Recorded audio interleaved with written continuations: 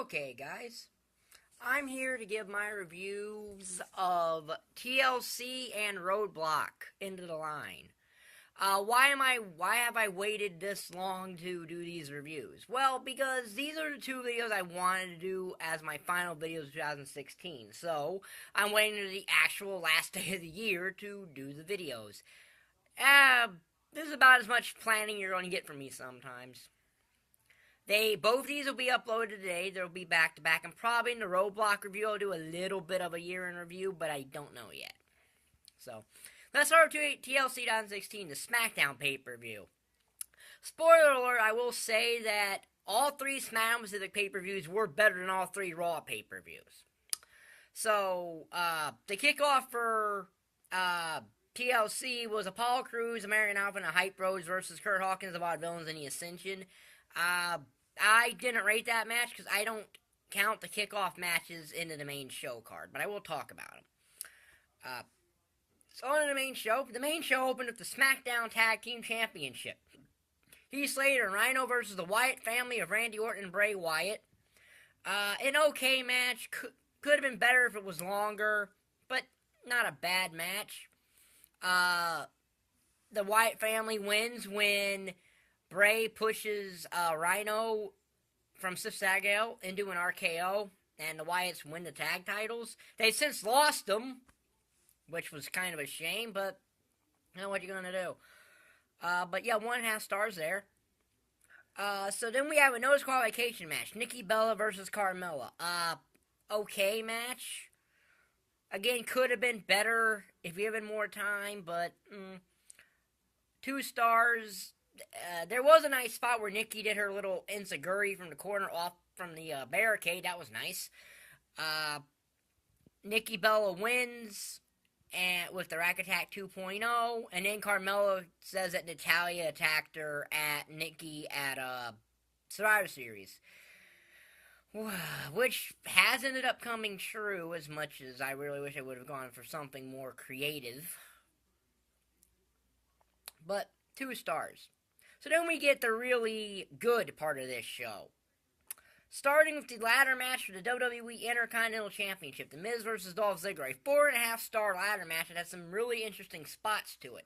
For starters, you had The Miz putting a figure 4 on Dolph Ziggler with a ladder. That was an interesting spot. It's the best spot of the game, of the entire match, to be exact. And the psychology that Ziggler and Miz used in this match was fairly good here. Yeah, of course, the finish of the match was Ziggler and Miz are both on a ladder. Miz low blows Ziggler, which puts him off the ladder, and Miz gets the IC title.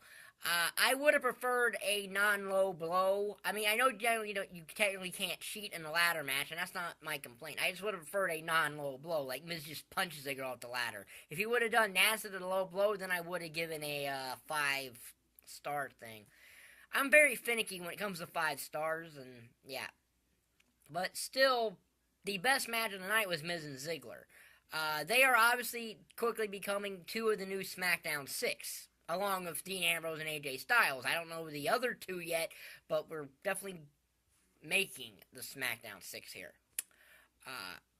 2.0 for SmackDown 6.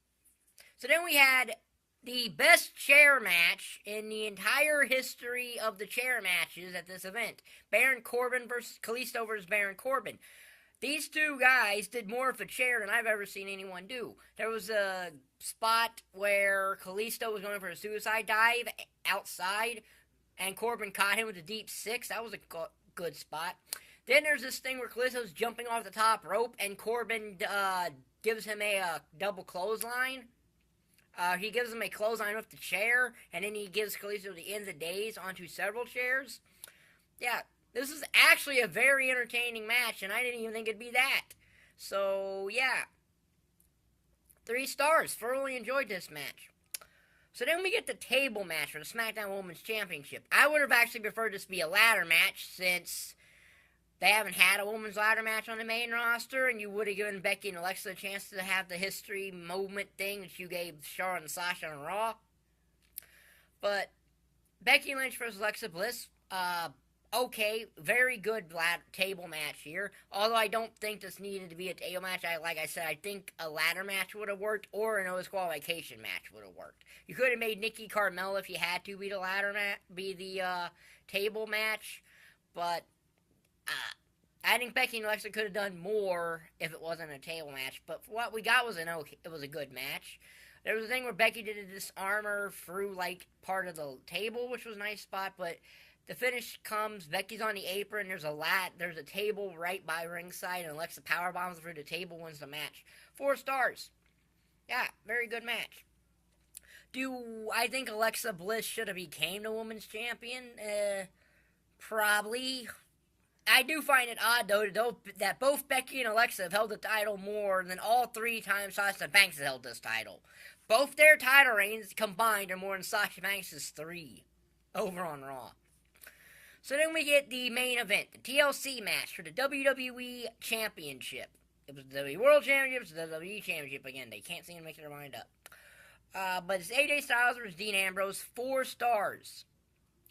Would have probably been 4.5, but the James Ellsworth stuff kind of But I will say this, it's also 4 stars because AJ gave a great match, as usual, and he did it with a hole in his pants.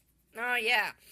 There was this spot where Ambrose did a reverse suplex kind of thing, where he just dropped AJ through a whole bunch of chairs. That ripped AJ's pants, so he had a hole in his pants for most of this match. There's also, of course, AJ injured his ankle in this match, doing a springboard 450 through the table. But Ambrose has the match won. He's on the ladder, about to get a title, when James Ellsworth shows up and pushes Dean Ambrose off the ladder. This was not necessarily a heel turn per se. But then AJ managed to get up there, get the title, and retain the WWE Championship. The reason that it wasn't a heel turn involving Ellsworth was because of the fact Ellsworth said he wanted to face AJ Styles, has already beat him 3 times. Despite the fact that all 3 of those victories Dean Ambrose was responsible for. So yeah, 4-star match there. Like I said, would have been 4.5, but Ellsworth kind of was annoying.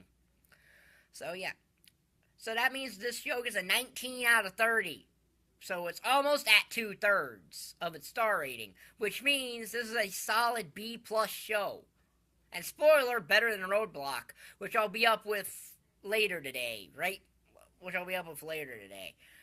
So, if you liked the video, like button is down there, subscribe button is down there, and thanks for watching. Bye.